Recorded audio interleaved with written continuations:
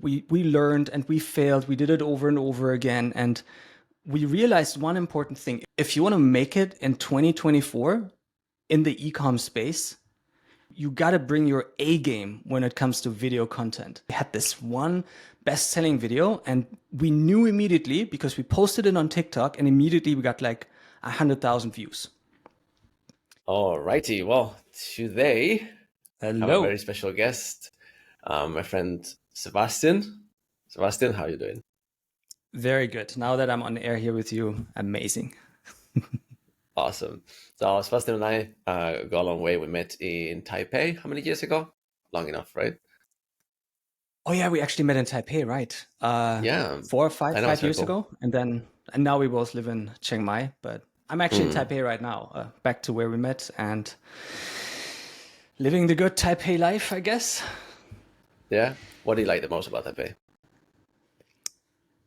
It's a bustling city. It's busy, great food, great networking opportunities. Honestly, I came here just to get work done and to get out of Chiang Mai. Obviously, we all know about the burning season, and it's not a good time to be in Chiang Mai right now. So, yeah, went to Taipei, enjoying life, getting work done. Sweet. Would you recommend it for people that run remote businesses as a perhaps permanent base or a temporary base? So Taipei is a lot different from Thailand, right? Thailand is super easy access. Everything's cheap and easy. You just literally rock up and you find a place. Everything is very simple. Taipei is different. Everything is a little bit more hard. It's quite tricky to find a place that's not a hotel.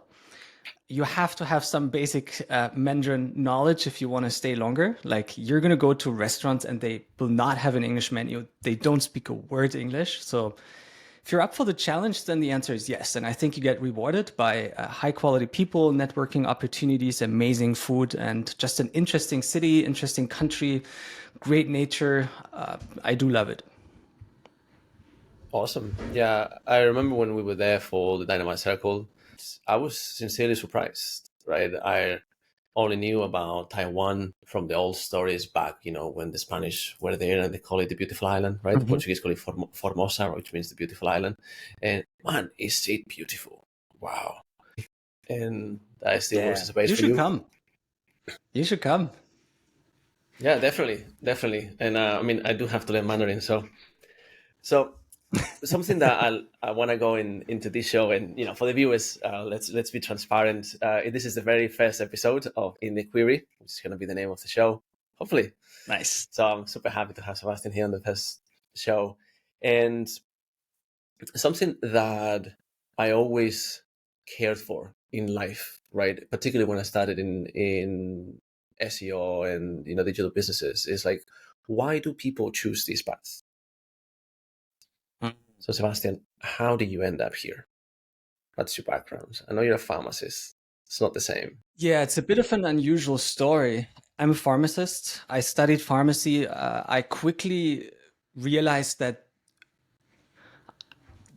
what the job is like is not what I envisioned it to be. To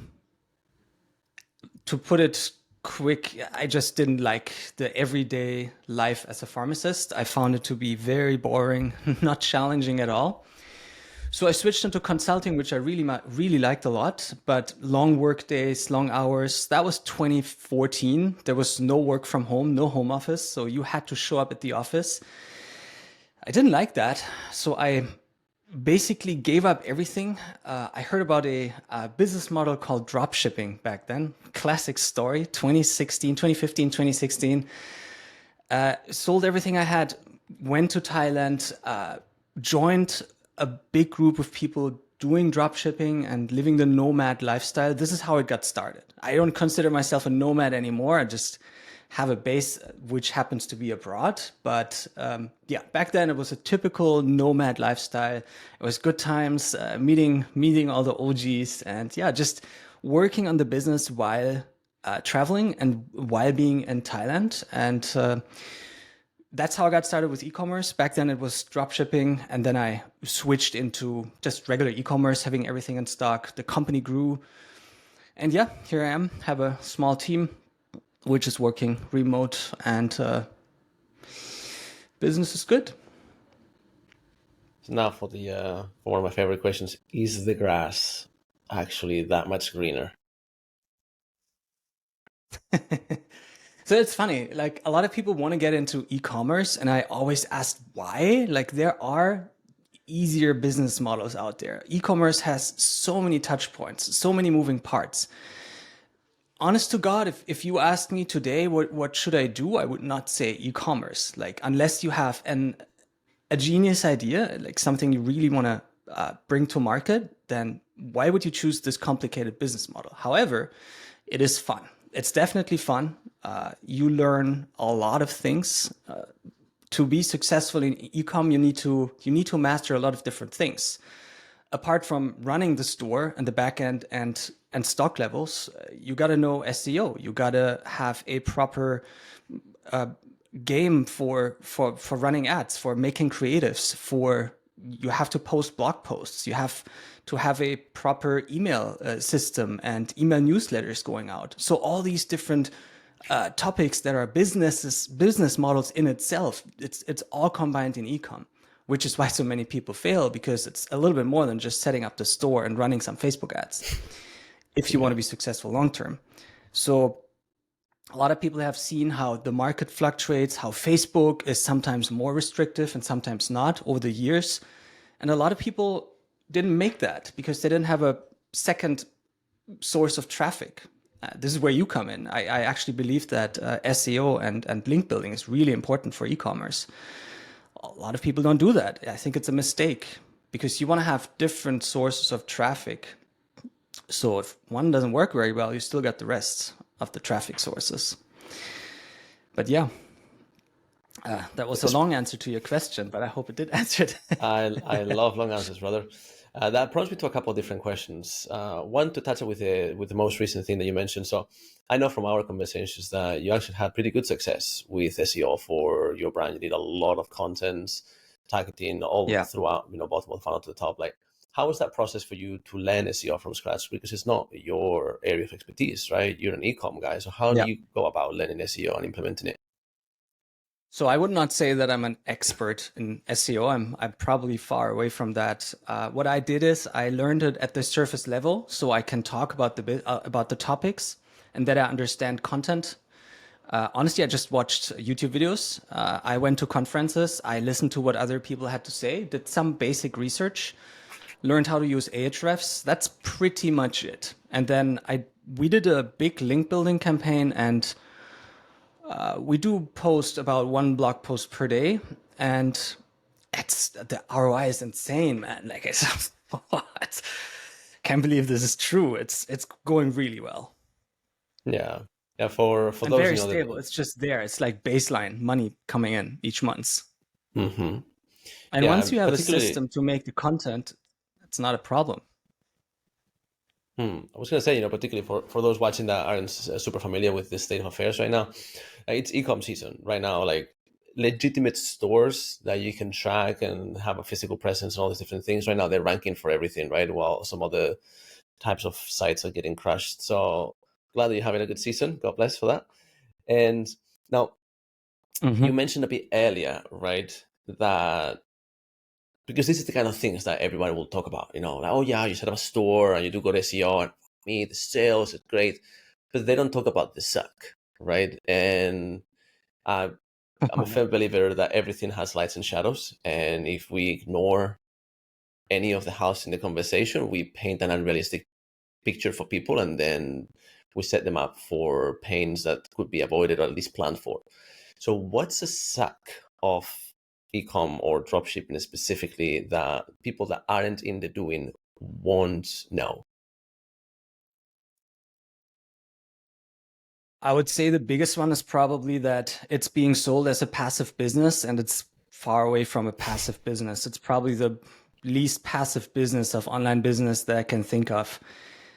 Because especially when you're small, you have so many, as the business owner, you have so many hats on. You are HR, you're finance, you're the marketer, you're the creative manager, you got to have a vision, I mean, you're probably going to have someone doing the customer support and the dirty work, but still there's so much stuff you need to do.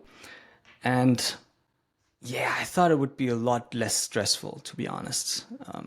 Luckily, it is a lot of fun, but yeah, that's something people don't tell you. So it's definitely not passive until you reach a certain size. And once you reach that size and you actually start hiring proper people in your team, full-time operations manager, full-time this, full-time that, this is when you slowly can phase yourself out. So with my own business, I actually don't put in much time, maybe 4 to 6 hours a week, and everything else is taken care of. Awesome. So what's this point, this size? Because you do direct to consumer, right? You do fashion goods. Yeah. Yeah. So for We that can kind of say it. So I industry, sell spiritual jewelry. awesome. So Yeah, we yeah. sell spiritual jewelry worldwide, and yeah, we have three different websites, but all selling the same stuff basically. Beautiful. So when you're building the very first one, right, the first brand and cracking through the how do I market this thing? Should I put my money on ads? Should I put it on SEO? Should I do more user generated content, which we're going to get a bit later into because I know that that's an area that you really crack the code for. And you're making all those decisions, like at what point of growth is when things start getting more into the fun and less into the working 80 hours a week, which is very different from the dream of 4-hour work week that we get sold at the beginning? What point of revenue is that? Yeah. What kind of revenue? I can tell you when I started hiring proper people, it was probably around 500,000 in sales per year, USD. So that's when you have the extra few thousand a month that you can just put in an operations manager. That makes a big difference. It's interesting because all these people will be selling you courses, how to get 10K a month with a product. They don't tell you like after ads and cost of goods and the entirety of everything, maybe you have 500 in total net profit, and you're definitely not, blitz scaling with that kind of like net profit. So you're talking about 50K, almost like 40K a month, right? And at that point 40, in top line, 50K in revenue for an e-com store is nothing per month. It's nothing. right? It's like this pays for like a baseline team and like a baseline setup. It's like you're not gonna have large amounts of money in your pocket at the end. Like you got to pay for ads. That's the main expense, and obviously it depends on your game, on the product, and how good the product works. You got to have a team in place, and the bigger the company gets, the more complex it gets, and then you need capacity to manage it. Like everything grows at the same speed, right? And 50K for an e-com store is nothing per month. How is it with ecom? Because I know from service businesses, there's always lines where you break one of the two, right? So particularly with dropshipping, normally with a service business, at least what I've experienced, is you have a certain operational capacity, right? And as you ramp up acquisition and advertising, you start getting past that capacity to a point where you will break operations because the setup that you have can't fulfill that new volume of leads or that new Yeah. quality of leads, the expectations. And Yeah. now you need to redo operations, and then you redo marketing, and you always like jumping from one to the other to like make sure that things adapt. How is that in ecom? Yeah. It's exactly the same. I mean, when you start doing e-commerce or dropshipping or whatever it is, you likely start as a one-man show, right? You kind of looking for a proof of concept. You start running some ads. You have an idea. I mean, setting up a Shopify store takes half a day. So that's the easy part. So you have the store set up, and then you start running ads, and then you have your proof of concept, and all of a sudden it works, and then you get customer service emails coming in. Let's say you have the warehousing, the fulfillment covered by a 3PL, by a fulfillment center, but obviously you don't want to do customer support, so you're going to hire someone for support. So the more it grows, the more things happen that you actually need to take care of. You want to make new creatives. You want to, at some point, you're going to need a media buyer. So first you got the proof of concept, but then step by step, you're reaching more and more thresholds, and you always want to have some extra capacity. Like, what if the ad you're launching tomorrow works and you 20x? Like, who's going to take care of the extra tickets in support? So you got to go back and have time. You got to have time to hire someone, or do you have a hiring manager already? Like all these things you gotta think of. And like last December, we had to actually slow down our growth because we couldn't keep up with how good the ads were working. I had to say, no, stop, please, dear media buyer, please don't scale. How crazy is that? Because But I that's don't a want the painful thing system to to say, huh? break. It's a painful thing to say, yeah. Yeah. And We then we keep ran out of going. product because it was going so well. And then I always assumed that the supplier just has endless stock. And then apparently they didn't before Christmas. And so we purchased everything they had, and we told them, make as much as you can. What's your production capacity? And I forgot what it was, but we said, we take all of it. Please send a taxi every day from your factory to our warehouse. So we could keep selling for like So 2 weeks. That's how we covered it. And then after that, it was fine. But yeah, we were a bit unprepared for how well this one ad creative would work. this is the kind of stuff, right? That they don't tell you on the courses. They don't tell you that you're gonna be on the phone with your supplier when things actually do click. Like, oh, Yeah. now you have like logistics, and logistics Yeah. are a thing that, you know, how many people I know in SaaS or in service businesses. It's like, maybe we should do ecom. It will be easier. Everyone. I know. I'm like, No, no. Like I talked myself out of that sentence a while ago. Like chatting with people like you, like, nah, that's not easier. it's definitely not easy. Once you understand all these things, it makes sense to proceed. Like for me, of course I do ecom because I understand it. I have the setup, I have a team, I know every step in the process. But for someone who gets started, I think there are easier business models, honest to God. I want to talk about user-generated content because I know that's something that you've done very well with. What's the story there? Yeah. So about 15 months ago, the business was going not bad. I was at that 60, 70K revenue a month kind of level. And as I said before, 50K a month in e-com is nothing. And that's how it felt to me. Yeah, I was profitable. Yeah, I was making money, but it was not exciting. And I didn't see the growth opportunity. And the situation back then was that we weren't advertising on Facebook because, as most people know, Facebook got really restrictive 3-4 years ago, and a lot of marketers and ad accounts got blocked, and that included us. So we were not running Facebook ads, not running TikTok ads. We were only relying on Google Ads, organic email, and I just didn't see the growth. And then I was like, if I continuously do the same stuff, I can't expect a different outcome. So I got to do something completely different. And I never understood TikTok back then. I never understood how to make amazing video creatives. So I said to myself, that's what I need to learn. And that's what we did. And it took long, and we hired coaches, and we learned, and we failed. We did it over and over again. And we realized one important thing. If you want to make it in 2024 in the e-com space, you got to bring your A game when it comes to video content. Like people, like especially with ad accounts and algorithms getting better, like media buying is pretty much about launching the campaign or broad targeting, just keeping it running, see what happens. It's not about interest targeting or audiences anymore. So the most important thing in the ad campaign is the creative. So you got to be able to make a continuous flow of great creatives. So how to pull that off took us forever, but we created a big process where we and my team can make 50 plus video creatives a week easily without showing our faces, fully automated. And then on top of that, we have a feedback loop where we can take the learnings from the ads and actually put it back into the production. So the next generation of videos is better.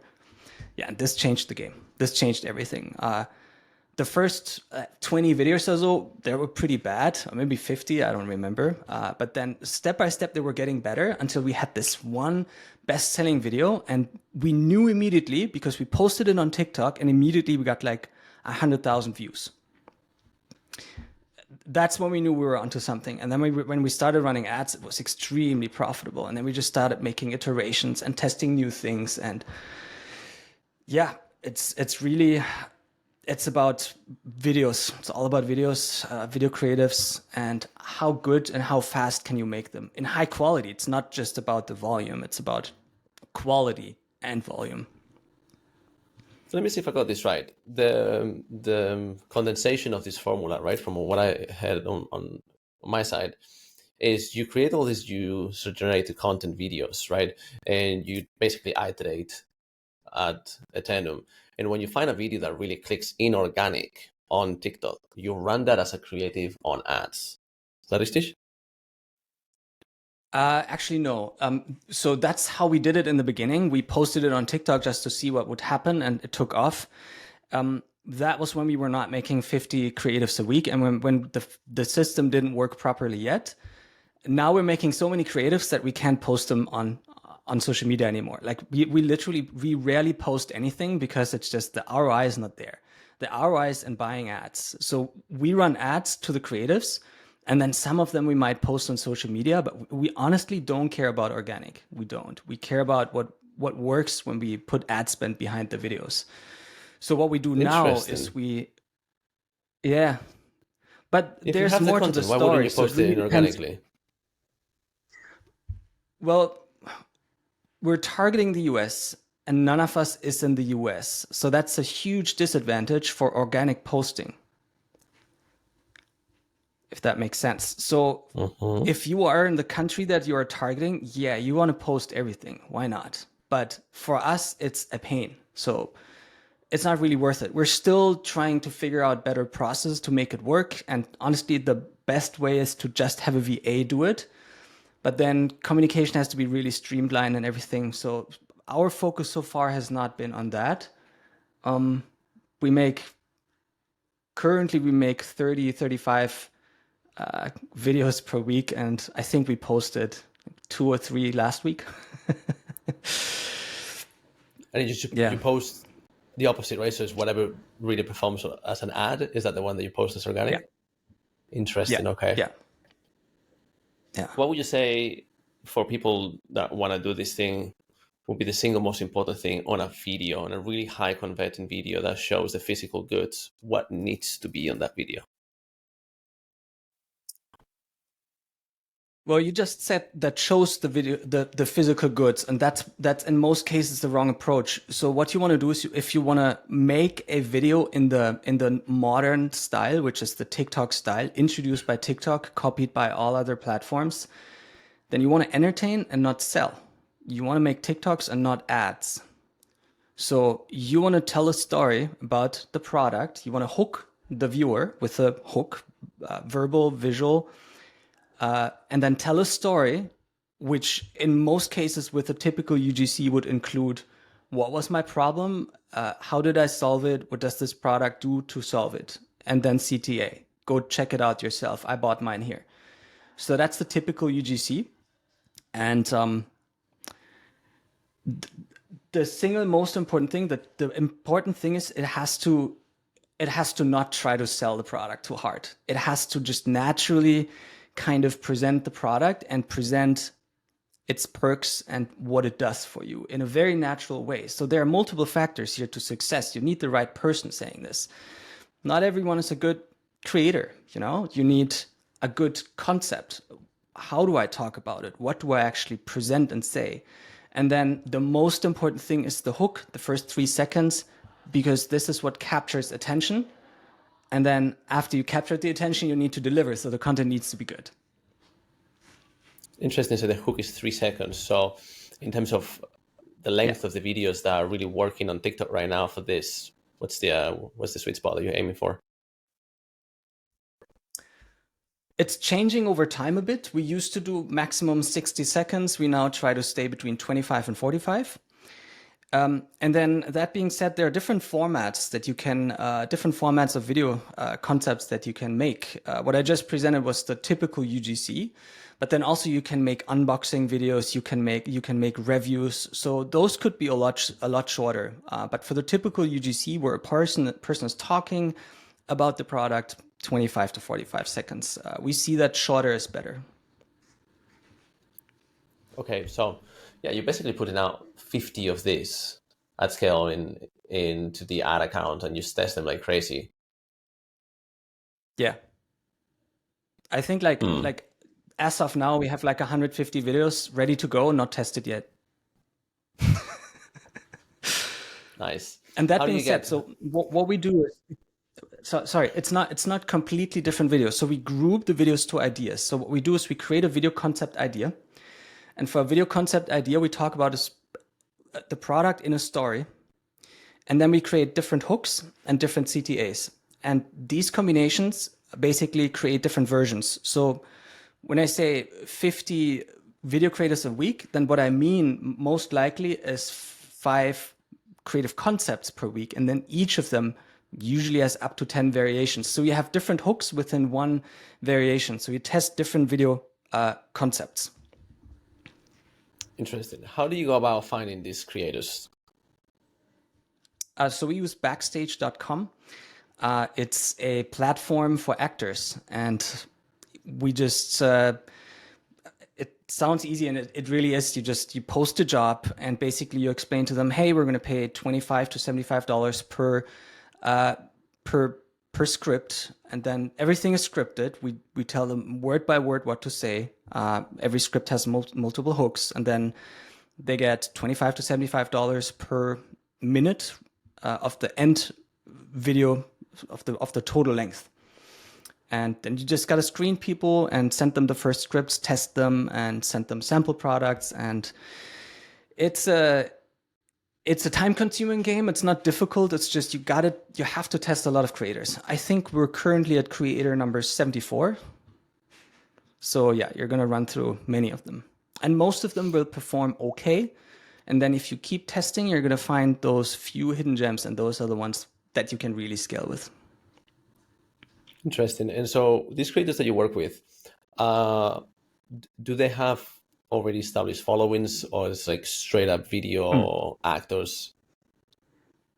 You got to differentiate between influencers and UGC creators. An influencer has a following, has an audience, and you pay them for the content and for their audience. So you want them to put the video in front of their audience. With the UGC creator, I don't care. They can have 2 followers as long as they're natural in front of the camera. However, most UGC creators that are experienced and good, they usually have a pretty good account with a few thousand followers. But we don't tell them to post our content, and they do it.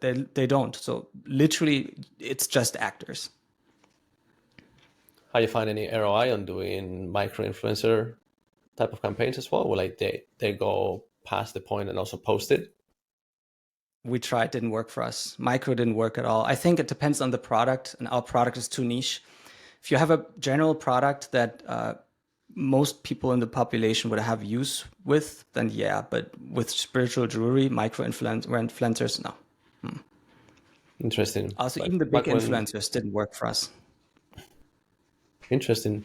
It's interesting because back when I first arrived in Chiang Mai, everyone was doing dropshipping and e-com.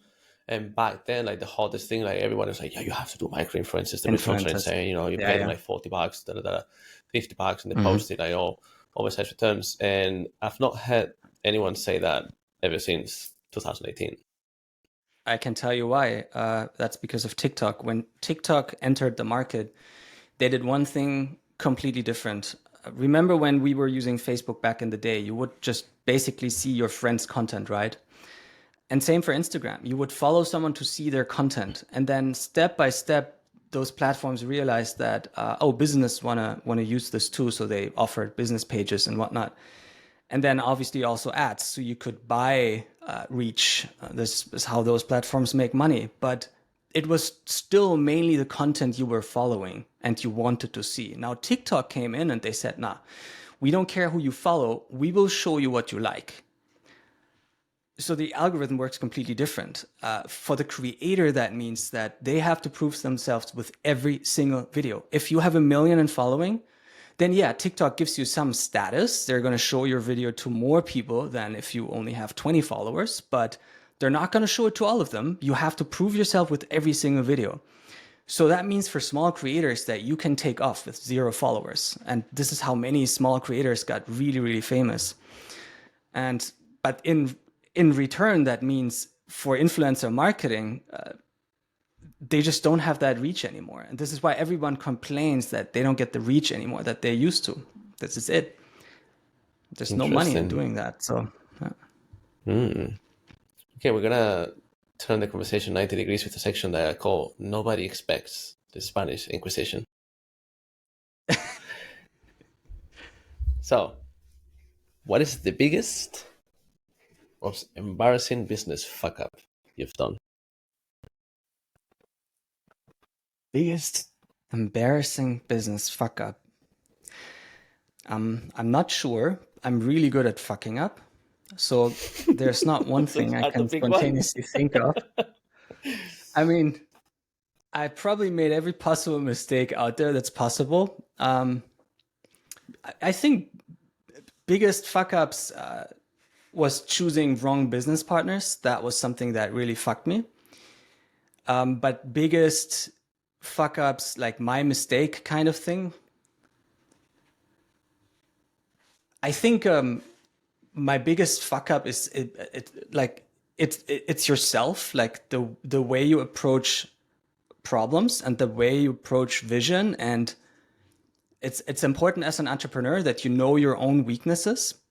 And when I hired my operations manager, I made sure he understands that I want him to be completely honest with me.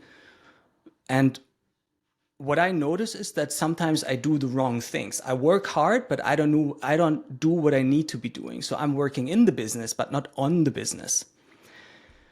And he kicks my ass when I do that. So now I'm a lot better. Now I really just work 4 to 6 hours a week in the business.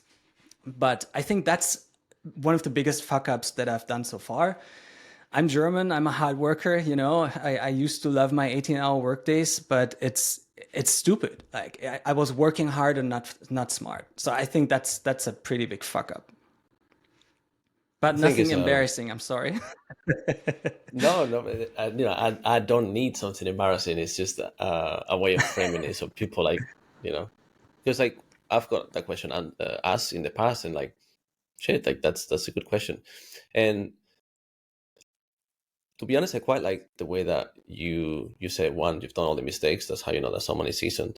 And then two, that bringing somebody external that was honest with you, that took the risk of, like, you the business owner, right? So there's a hierarchical thing there that they are transgressing in order to actually be of service to you, is they have to tell you the truth of what you don't see. Yeah. I don't know a single human being that doesn't have blind spots.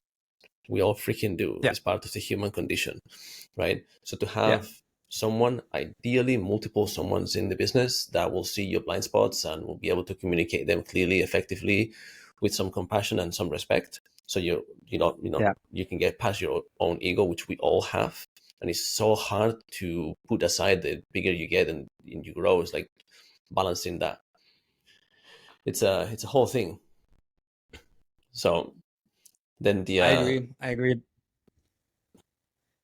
The other question. I think it helps that I would just want to say, I think it helps that I'm a very direct person. So I give very direct feedback and I can take very direct feedback. So it was not a really hard thing for me to do. It was just I took the opportunity when I had this person in my team and I noticed, oh, this guy's very analytical and this is like, let him analyze me, like, let him tell me what I'm doing wrong. Like, and this was the thing that he immediately said. He's like, you're working in the business, not on the business. I don't want you to be doing this. I'm like, yeah, you're right. But I enjoy it. But yeah, so but you need that. As a business owner, you need to be okay with other people coming in and telling you what you're doing wrong. And that could be an employee, that could be a coach, that can be someone from a mastermind or a friend. I see too many people asking for advice and then not actually being able to take it and not executing it and just being defensive, instead of just listening. Like if 3 people say the same thing about you, then there's probably some truth to it. And that's how I try to approach it. It's interesting because I'm not always right, even though I wish to. Yeah, nobody is. Listen, and it's just part of the human condition. And in my experience, people who tell you that they are right all the time, they're hiding something. We all fuck up. We all mess up. We're human, right? And there is something very right about being wrong and accepting it and recognizing it and just going with the teaching instead of fighting it for the purpose of looking right. So It's interesting what you said. Small shout out to a friend of ours. The reason we're doing this call and I reached out is I asked for advice to someone that we know, and he said, "Yeah, do interviews. Interviews are great. People love it. I like speaking with people. This is the humane aspect of business. Is what keeps me going." So shout out to Julian for telling me to do interviews. Really enjoying this one. I have another Who was question that? within the Julian. Oh, Julian, nice. Yeah. Yeah, He's a like, great guy. how do I do this YouTube thing better? Like, do interviews. They're the best. You're gonna get so many good ideas and cool people. Like, okay. So Yeah, going out of the makes comfort sense. zone to do what the advisor said. So that's good. Good. Now to change the flavor of the ambience, I call this section "Wrong Answers Only." We know the right answer for some of this, Say but it I again. wanna know your wrong answers only. So Wrong answers what's only. Okay, that's fun. what's dropshipping? A way to get rich quickly. Well, yeah, I would say wrong because it's not quick. Yeah, And it's, yeah, exactly. okay. And what's a third party fulfiller? Fun to work with. Oh man, Oh, these chats with the Chinese workers, so much fun. I enjoyed so much. hey, wrong answer, Solly. What's the best part of being a digital nomad? The best part of being a digital nomad. Wrong answers only still or real answer? Wrong answer, Solly. Wrong answers only. The best part about being a digital nomad is missing friends and family's birthdays and weddings. Yeah, who the fuck needs to go to those, right? Yeah. Yeah, like, they're not cool. They're not nomads, you No, know? exactly. Oh, Lord. Okay, next section, and probably last, unless, you want to continue going some of this, is a section that's specific for my friends in SEO. There's a concept in SEO called the query deserves freshness. Basically, it stands for like, hey, if you look for the latest events in XYZ part of the world, you want to see the news from yesterday and not the news from 2 years ago. So, what is your latest living at the edge of the razor tip when it comes to e-commerce success right now? For e-commerce success or specifically for SEO? No, e-commerce success. That's really video creative. Definitely video creative. I can see some brands still having success with like 5 to 10 year old styled videos, like simple slideshow kind of style with music and like very ad-like. But if you want to be successful and be able to scale, you need more than that, and you need to be able to make all kinds of creative. This is the most important part. When you get started in ecom, the most important thing in the beginning is a proof of concept. So if you can make the ads work, if you can get to 20, 30, 50K a month revenue, amazing. If you really want to scale, then you have to be a much your setup has to be a lot wider, and it's really the content, the creation. Yeah. Where do you see right now with the interaction of AI some of the biggest opportunities for people doing e-com to leverage it? And also, I'm very interested to know what's your take on like what kind of risks, threats does AI pose to the industry, in your opinion? Yeah, so right now AI is very useful. It gets a lot easier. Obviously, you can have AI write product descriptions and even make images. We don't know yet how fast video creation with AI will come. It's gonna take some time, and I think it's an opportunity, but also I see the risk that everything gets too easy. Like the tools we have today, when I started, they didn't exist. Like there was like Canva was pretty basic, like it was useless basically. But like all these tools available, it's very easy to start businesses, and the competition is high. A lot of people do it. That's what I'm seeing. Not sure if there's any particular risk I see. from AI, particularly for e-commerce? I don't think so. In general, in the macro, as a human being, what's your sentiment on AI and the future that's in front of us? Oh, we're fucked. The question is if we're gonna experience it or the following generations, but yeah, we're screwed. Yeah, Yeah, I concur. it's scary. It's amazing does and paint. scary. I concur. For me, it paints a future that puts us farther away from people, and it adds more and more layers of artificialness. And I think we're Yeah. disconnected enough as human beings already. Like, And how are you gonna know what's real? I mean,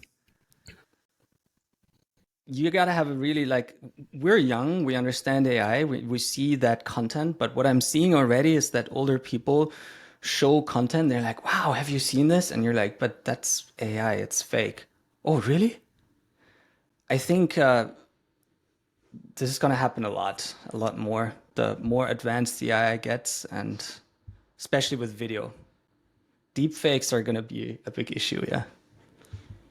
yeah, in this is one of the things that scares me the most about AI. Yeah. Is criminal uses for it, and don't think the world is ready to deal with it.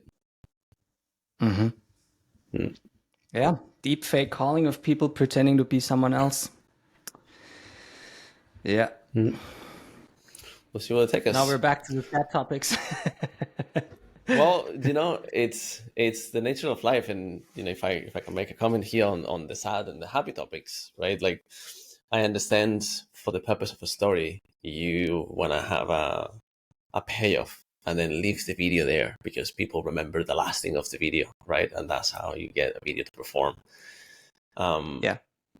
Never been a huge fan of leveraging, the exploits of the human psyche, just in order to make things click or work. I think humans like humans like human conversations. That's why I felt very excited to do this kind of content, because it's what makes me tick in life.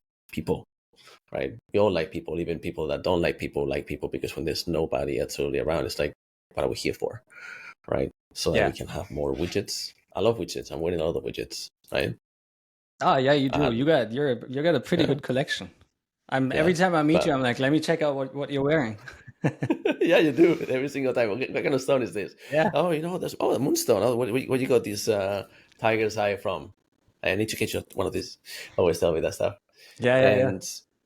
But you see, I think that illustrates the point. Like, is two real human beings, two dudes that bleed and poop and have dreams and fears and all these different things, talking about the things. But you can remove the things, and the important thing is still there, which is two friends having a chat. Yeah. I like that. So, Sebastian, God bless. Nice. Thank you so much for having this chat with me today. I freaking loved it. It was a pleasure. Always hope to see you soon, my man. Just to wrap this up, for people that love this and want to get in touch with you, want to find you online, where can they go? How can they get more, Sebastian? The easiest is sebastianwolff.com, 2F, or look me up in your friends lists maybe. But yeah, sebastianwolff.com is the easiest. At Creative Mastery would be my business, where we teach other businesses how we make large amounts of TikToks or videos for ads. So those are good ways to get in contact with me. Awesome. Well, thank you for sharing that. Thank you, sir.